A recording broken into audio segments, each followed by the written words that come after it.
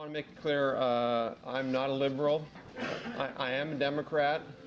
I am a bike rider. I'm an environmentalist.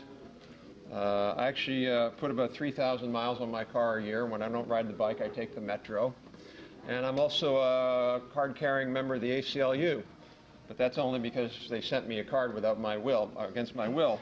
But I didn't throw it away. I put it up on my wall to show it because I don't like the ACLU. So anyway, what I want to talk about is the politics of gridlock. And this is based, I think Randall got a hold of a chapter I wrote in a book that a colleague of mine, Richard Hanley, edited for Rutledge. It's called Moving People, Goods, and Information in the 21st Century. It's a nice book on a whole wide variety of transportation topics. And Richard asked me to write a piece on the politics of gridlock and asked David Burwell, who you may know as the former head of the Surface Transportation Policy Project, to write a rejoinder. And so I didn't bring a copy of the rejoinder, but it's fun to look at and you get a sense of how he thinks about these issues. Well, I want to sort of try to put this in perspective of why is it that we seem to be having such vociferous arguments and really can come to no national consensus about what we ought to do. I mean, you all have a consensus in this room, but you're only a part of the debate. I mean, there is a fierce debate in this country about what we ought to be doing. Should we build more roads or expand more transit? Should government take the lead or should we foster privatization? Should we fund infrastructure from tax revenues or gas or user fees? Should the federal government take the lead? Should the states? Should local governments? Should we have a lot of participation or should we have more top-down? And finally, and I think most fundamentally, where should Americans live and how should they get around? I mean, we have no national consensus about these issues. And I want to argue that we did have a consensus at one time, that consensus is broken down, and that I think we'll come back to a new consensus. Part of the framework on my thinking on this is based in part on a new book that I just published. It's called The Past and Future of America's Economy, How Waves of Innovation That Drive Cycles of Growth. And it's essentially this neo-Schumpeterian look at how technology has reshaped the American economy and American society about every 50 years or so. So I won't go into any details, 1840s, 1890s, 1940s, and 1990s again today. Let me just go back in time a little bit because I think it's important to understand how we got to where we were. Basically, in the old economy, what I would term the sort of post-war economy, when really there was the emergence of the automobile as a form of mass travel, the emergence of suburbs as a place where a lot of Americans were living. That was really a period when most Americans, when there was broad consensus on these issues. There was a sense that the automobile was liberating. Most Americans wanted one. There was a sense that suburbanization was a real dream. That's why you have a conference called the American Dream. That was the American dream. And when you look at the politics of transportation and land use of that system, it reflected that consensus. So basically, politicians at every level of government all agreed this is what we wanted to do. We wanted to build an interstate system. We wanted to zone land for suburban development. And there were a few sort of fringe elements who questioned that. Was it Malvina Reynolds' song, Ticky Tack, Those were basically fringe elements that nobody paid attention to. Every basic American wanted to do this. Indeed, the 1968 Democratic Party platform stated, quote, "Still more superhighways are needed for safe and rapid motor transit. We need to establish local road networks to meet regional requirements." So you had both parties committed to this goal. And sort of emblematic of this was Robert Moses. Obviously, Moses, the leader of the New York region transportation policy for many, many decades. And there's a wonderful quote in the Atlantic Monthly in 1939 that describes Moses, and it's just worth listening to. It says, quote, they're describing Moses going into New York. The automobile in which Robert Moses was riding was stopped by traffic lights at a busy street crossing in Manhattan. Suddenly, a driver of a large truck leaned from his cab and asked excitedly, "Ain't that Commissioner Moses?" "Yes, that's me," was the reply. "Well, I just want to tell you, you're doing a swell job on them parks," the man shouted. Then the lights changed. This spontaneous tribute is indicative of a growing appreciation of millions of New Yorkers of all ages and classes for the man who in less than 5 years has remade or refurbished a considerable portion of the metropolis. So you had a guy here who is now, I'll get into a little bit, reviled now, who, you have to remember, at the time was seen as a hero. He built freeways, he built parks, he built beaches. This was the guy who did it.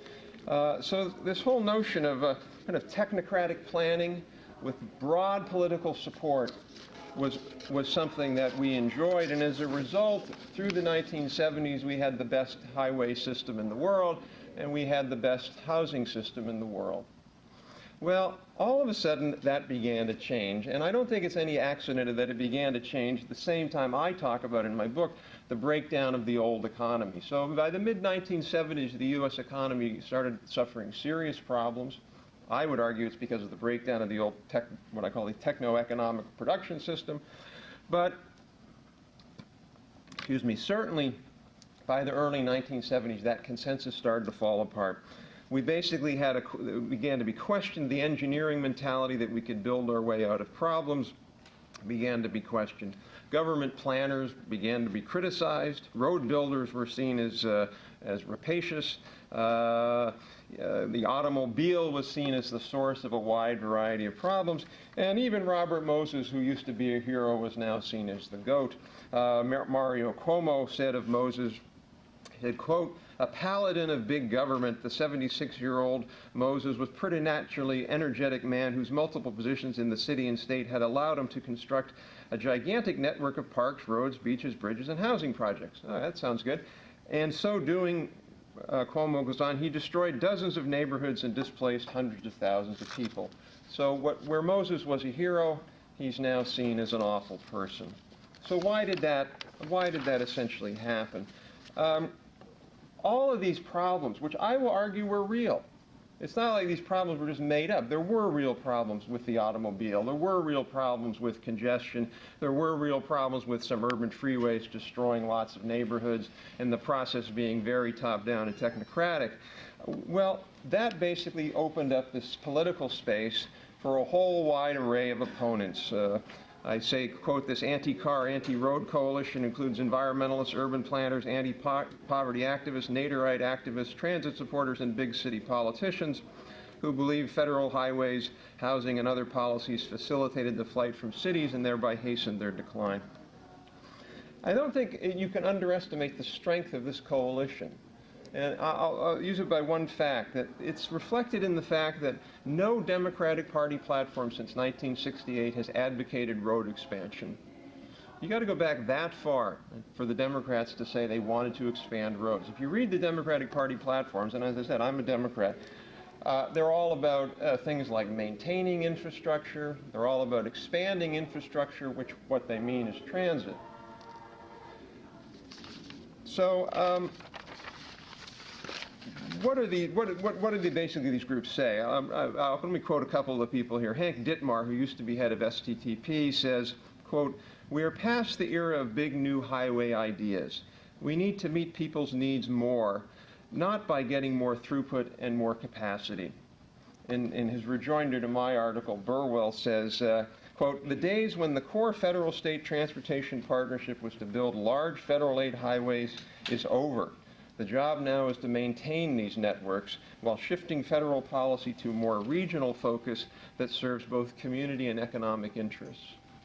There's a new book by Richard Florida called The Flight of the Creative Class. And Richard Florida is a leading proponent of sort of this creative economies, which I think there's something there. But I was reading his new book, and I didn't do the quote, but he has a wonderful thing in there that basically says, if you don't have a light rail system in your community, you cannot be a creative community. So we've gotten to the point now where there's this broad consensus. I was recently riding my bike to work one day, and I We're right up the river and then up the mall to Capitol Hill, and riding along and running into this guy who I know, a nice guy. He's just put it this way, he's probably the top leader in the anti-car, smart growth, pro-transit movement in Washington. And we're sitting there chatting and, at the stoplight, both on our bikes. And I said, we're talking something about roads, and I said, well, why are you guys, I said, I'd be a member of your group because I love biking and I want more bike paths in Washington, but I just can't join because you're opposing roads. And he said to me, quote, how else are we going to get people to ride their bikes and out of their cars if we don't make their commutes miserable? Now, he said that to me because he thought I was one of them. He wouldn't say that publicly. Is he a congressman from Oregon? I've had those conversations, I should say lectures, not conversations. So the basic agenda here is make the commute as miserable as possible, drive up the price of land as high as possible, and then people will do what you want them to do, which is live in urban high-density development and take the metro. So I think that at the end of the day, this whole agenda is really not about his transit work or anything like that. It's about where do we think we should be living and how should we be living. That's what the core of this agenda is all about.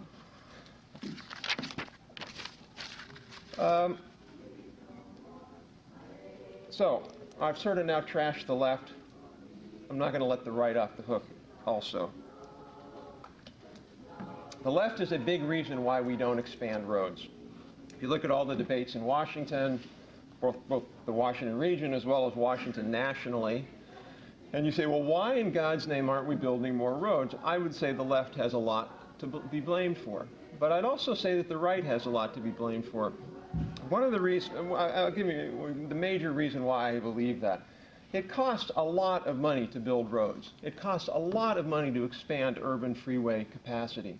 Whether it's building the intercounty connector in Washington or the Techway or widening the Beltway, whatever it is, all that costs a lot of money.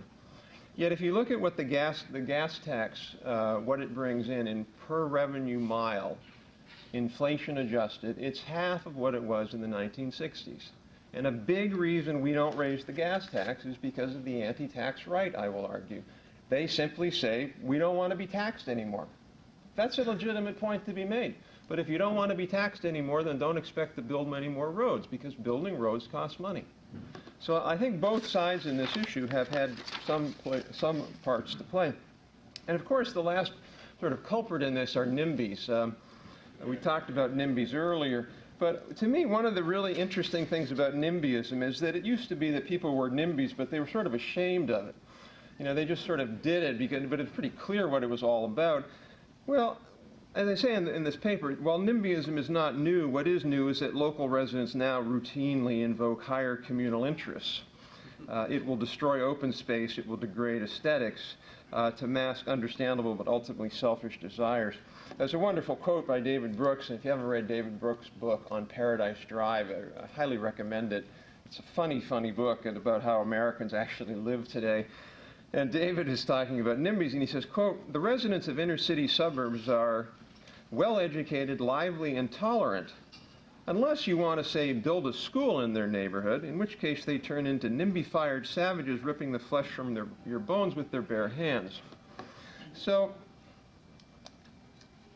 what's happened is, where before there was this sort of legitimate view that the public interest trumped private interests, today that's no longer the case. And let me just throw out another controversial statement which may make me really unpopular. There's something to be said for property rights, and I admit that. But I think if you take property rights to the logical conclusion, it basically empowers NIMBYs. And I think that's a very, very risky thing to do. If we're going to build our way out of this, which I think we can and we should, it basically means that there are going to be some people who are going to be hurt. And I feel bad for them, and I'm happy to compensate them, but I don't think they should be able to stop the process. Well, let me just sort of finish up here by comparing Robert Moses. I'm going to finish up this part, 5 minutes, and then I want to say what we do. Comparing Robert Moses now to the sort of new hero in transportation. The Boston Business Journal recently named former Massachusetts Transportation Secretary Fred Salvucci to one of the 100 most influential Bostonians of the 20th century. Let me tell you what they said about him. They said, Salvucci's passion for public transportation had a profound effect on Greater Boston. As transportation advisor to Mayor Kevin White, Salvucci was among the leading opponents to the Inner Belt, which was 3 highways that would have connected downtown Boston with Interstate 95. He was an outspoken opponent of expanding Logan Airport. He also must be remembered as being one of the visionaries who mustered the political and financial support for the $10 billion Big Dig. So in other words, you get awards now and are named the 100 most best Massachusetts if you oppose things, if you stop things. So you stop an airport, you stop building freeways, and then you build the biggest boondoggle in American history, and you're seen as a leader. So, I mean, there's something fundamentally wrong with that picture. All right, so how do we go forward? I got, 3 minutes. All right, number one, and I say this both here and in a couple of things. Number one, we've got, and this is news to you, I think we have to respect Americans' desires where they want to live. One of the key things I make a point in my book is this transformation to a new economy. Every time we go to a new economy, we go to a new kind of urban form. And it's not as if we can put the genie back in the bottle. As I one time said in a thing I wrote for PPI or the DLC, I said the new economy is sprawl. It's just that is the way it's designed. Now that's not to say that you give up and you don't do anything, but we have to accept that that's the new reality, and we're not going to go back to the sort of urban-centric view. Having said that, I think the right makes a big, big mistake by dismissing sort of categorically the concerns that I think most Americans hold. Most Americans they don't have this view where they want untrammeled development all the way out to West Virginia, to use the Washington example. They actually care about open space. They care about things like clean air. And I think just sort of dismissing those out of hand, which too often I would argue the right does, I think weakens the case for the kinds of things we need to do, which is have a lot more land open for development and build a lot more freeways. So I think there's a way to do both. I think, for example, one of the things I think one of the very big successes in Washington is transit-oriented development. There's, I think, a very good success story there, and I think sort of opposing that doesn't make any sense. Secondly, I think Francesco made a point I thought was absolutely right. The left makes the point that you can solve environmental problems with their rejiggering and all of this stuff. You cannot, and he made the point. It's impossible. Mode shifting will not solve this problem. That doesn't mean we shouldn't say the problem is real. It doesn't mean we shouldn't say the problem needs to be addressed. I think the way you address it is through clean technology. And I think as a movement, the movement needs to say, yes, we support research into hydrogen. Yes, we think that hybrid cars are a good thing. And I think ignoring that forces people into having to make a choice between driving or the environment. I think that's a false choice. I think we can drive a lot more without harming the environment, but I think new technology is going to be a key component of that. Lastly, I'll just say, I've got a bunch of other things, but I've run out of time. I think at the end of the day, and I know Ron and I, we argued till we were blue in the face on reauthorization, and I think we failed miserably. No attack on Ron or his work or mine. I just think the Congress this is a bad bill. Or an inept bill, I guess would be the best word. 1 minute. I think when we go around to reauthorization, which is what, 4 years now, Ron? 5? It's every 6 years, but they've already delayed 2.5 years of this. So, I mean, whenever they sign a bill, we begin to work with the next one. That's right. It's not as if our work has been fruitless. We don't have to put anything away. Exactly. The point, one of the big things we've been pushing for is that the basic federal transportation system, I don't think works. And there's a lot of debates about should we move to the states, or which I don't want to have that debate now. But I think one thing we could do is we could basically have as a goal of federal transportation policy congestion relief, congestion mitigation. And there's one other point I want to make, and that's the other thing I think we've got to do as a movement is fight this fashionable defeatism. You heard the gentleman last night who I thought he was a wonderful man, but if you heard his comments, the head of the transportation, his comment was, we can't reduce transportation congestion in the Twin Cities, we can only keep it from getting worse faster. Can you imagine us saying, well, we can't really reduce the decline of the military, we can only make it decline less fast, or our education system's going downhill, but our goal is to make it go downhill more slowly. I mean, in no other area has America ever given up, and yet Tony Downs and all these other people have legitimacy, they publish. It's impossible.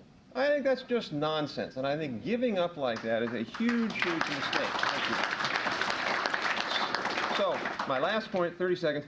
How do you do it? I think one of the things you got to do is you basically have to hold the people who are getting this money responsible for fixing congestion. There is no accountability in the system. You give states and MPOs millions and billions of dollars, and then if they don't fix congestion, you give them another $1 billion. And they waste the money. They waste the money on the easy projects of expansion and planting flowers and other things like that. My view is, if you cut congestion, you get rewarded with more money. If you don't do it, you get punished with less money.